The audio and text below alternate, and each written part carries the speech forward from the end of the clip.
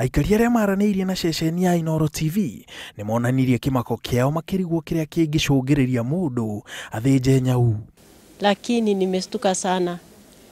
Ni kuomba tu tusiwe tunakula vitu vya barabarani kwa hoteli zile hatujui. Namaanisha kuwa vyakula ambavyo vinauzwa katika sehemu zingine hasa katika mji huu wa Nakuru kidogo ni vya kutamausha.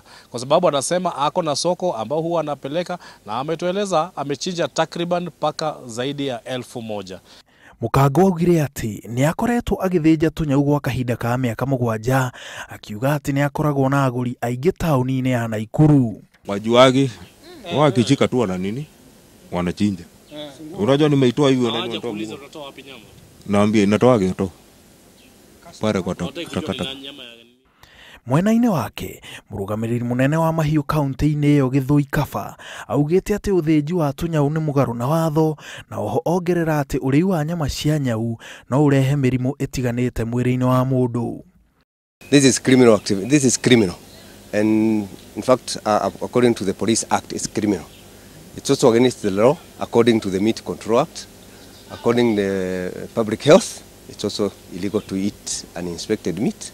Mundurume ucio riu ahingĩirwo ceceni-inĩ ya borithi ya ukulima etereire kũhingũrĩrwo thitango. Ngĩribotera Inooro TV njĩtagwo Maina wa Macharia.